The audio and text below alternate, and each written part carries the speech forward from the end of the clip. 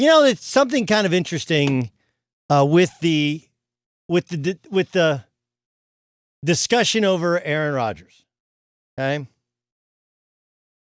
if you were to do yourself a favor and to Google something, which I find to be interesting, which is who are the greatest quarterbacks of all time, and then you start to think about one of the discussions coming out of the NFL draft, which is Jordan Love drafted in the first round, 26th overall. Now, look, I have spent today's Thursday, because you know how it works during quarantine, day 48 here in Southern California.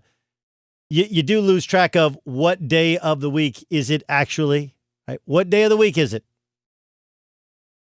I look at this thing and I say, for the last 3 days, I have defended the Packers as doing the right thing. I don't know if Jordan Love can play.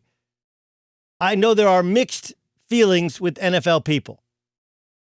But when you're the Green Bay Packers that are not going to be in the top 10 of the NFL draft anytime soon if Aaron Rodgers is healthy, the only way you're going to get an elite quarterback prospect is to draft him late in the first round or in the second round, because you're not going to get a high first-round pick and you're not going to get a top-level free agent quarterback. So I've spent the last 3 days defending their pick.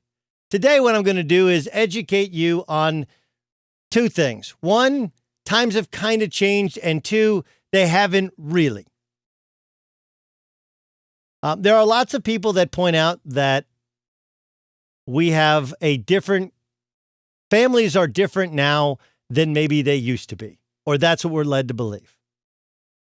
Right? If you grew up in a two-parent home, as I did, you thought everybody grew up in a two-parent home, and there was a time when not only was divorce a bad word, but there was a time when mixed-race marriage was some sort of eerie word, right?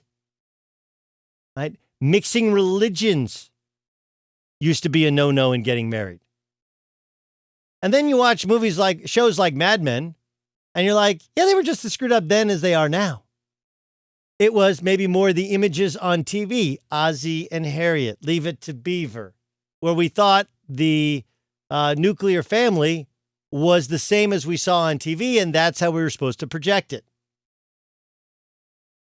I bring that up because sometimes families change. They evolve. The couple breaks apart, but they still remain very much a family. Then you take that to the Aaron Rodgers discussion. Brett Favre offered up yesterday that he believes Aaron Rodgers will ultimately end up with a different team. Right? Now, that was just his opinion. And granted, some of this comes from his own personal bias. He was 35 years old. Aaron Rodgers was selected in the first round, and he ended up playing for two other football teams. People do forget that he played for the Jets. I think we're going to have to come to a couple of different conclusions. Right? One is that, yes, times have changed. Quarterbacks are playing longer maybe than we think they used to. They're more effective than they used to be.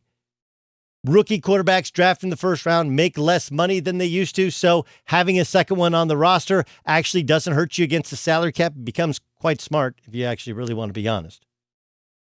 But though times change, they're actually very much the same. Case in point, the Green Bay Packers pulled off this exact same move 15 years ago. And they've had a remarkable succession from Brett Favre to Aaron Rodgers. Here's the other part. Yeah, Aaron Rodgers is probably going to play with a different team at the end of his career. We're watching The Last Dance, and though I like to think of the end of Michael Jordan's career as that Game 6 game-winning shot in Utah in 1998, right, when I was at a sports bar in Tulsa, Oklahoma, watching it, calling it, "Here Comes Jordan." But the fact is, Jordan did play for another franchise. He did. Shaq did play for multiple franchises. Dwayne Wade did play for multiple franchises. Kobe didn't, but he asked to be traded. Dirk didn't, but he went down with a sinking ship. Steve Nash played for multiple franchises. Like, go through it. Tim Duncan didn't. And then you go to the NFL at quarterback. Who are the greatest quarterbacks of your lifetime? Well, Troy Aikman didn't switch teams, but part of it was his career was cut short by a series of injuries, especially concussions. Joe Montana did switch teams. Ultimately, he was pushed out to the Kansas City Chiefs. Johnny Unitas played for the Chargers. Like, go back kind of historically, and we think guys used to only play for one franchise. But the truth is, we've always kind of had this. John Elway didn't. Peyton Manning did. Tom Brady did. Brett Favre did. Right? So, look, part of this is Brett Favre feeling like, imagining himself in Aaron Rodgers' shoes because he was once in Aaron Rodgers' shoes. That's why he has quotes like, "It's not your job to mentor Jordan Love. That guy is ultimately there to take your spot," because that's who Brett Favre is. That's why he was how he was. He's explaining it. And I don't know if Aaron Rodgers plays for another team, but we have to at least figure out that it's not that big a deal. It's not as big a deal as it's made out to be. Right? Eli didn't. Peyton did. I still to this day contend that the Giants a couple of years ago when Jacksonville was good should have traded the Jaguars should have traded for Eli Manning while he still had gas in the tank and he could have played for Tom Coughlin's organization. They didn't, and then they end up going to the AFC Championship game, having a lead and sitting on the ball at the end of the first half. Ben Roethlisberger's not going to play for a different team. It's really about a 50-50 shot, just like it is with your marriage. And those times have not necessarily changed. It's just how big of a story it is, and the fact that this is a slow train rolling down the tracks, and we can see the future 3 years off into the distance, and we can already assume what's going to happen next, even if we don't truly know what's going to happen next. Right? But if you think it's that big a deal, I offer up Peyton Manning, Phillip Rivers, Tom Brady, Steve Young, Joe Montana, Johnny freaking Unitas. Go through the list of the all-time greats, and a good portion of them played for more than one team. And usually it ends in a different uniform. Walter Payton didn't. O.J. Simpson did. Eric Dickerson did. Marshall Faulk didn't. Wait, no. Marshall Faulk started actually with no, he's always with the Rams, right? He went to the Colts. Jerome Bettis also started with the Rams, went to the Steelers. Emmitt Smith finished with the Cardinals. Like, it actually isn't that big a thing. It feels like it's that big a thing. Right? It's like your first heartbreak.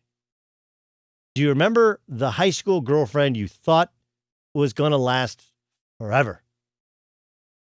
Right? Remember that? I do. Remember my high school girlfriend? We broke up, we got together, broke up, got together, went to college, tried to stay together, broke up, came back, got together, broke up. You thought this is,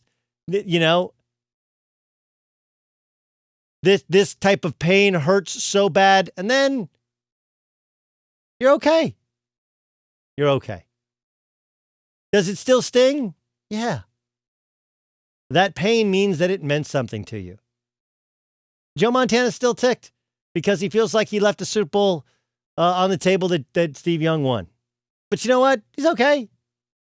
They won 4 Super Bowls, didn't lose another one, had an unbelievable run with the Kansas City Chiefs. So I don't know if Aaron Rodgers plays for another team. We're also making this assumption that Aaron Rodgers wants to be Tom Brady and play till he's 40, and I don't actually think that's true. I'm not going to sit here and tell you I know Aaron Rodgers as well as Danica does or any of his close friends. I can tell you that there was a period of time where we were really good. I thought we were good friends, text friends. We hung out together once or twice. And during that time, one of the things he told me I have to do is you have to watch the movie Gleason. Now, there were other reasons to watch the movie Gleason for him that related to his life, and I don't really feel at liberty to share those, but I can tell you that if you've watched the movie Gleason, you are scared to death if you're a former football player of getting ALS from any sort of head trauma. You just are.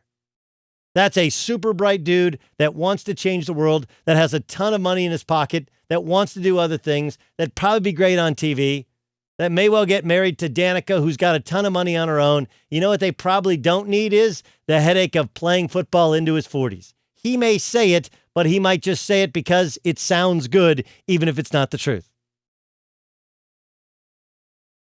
We don't know if he wants to play more than 3 years. We don't know if he wants to play for a different team. And it doesn't really matter. What we do know is it's not as big a deal as we're making it out to be. Kevin Durant, LeBron James, Joe Montana, Steve Young, Peyton Manning, Tom Brady, they've all switched franchises. Guess what? Life has gone on. Brett Favre, life has gone on. Doesn't mean it has to happen. Doesn't mean it will happen. It just means you don't have to freak out if it does happen.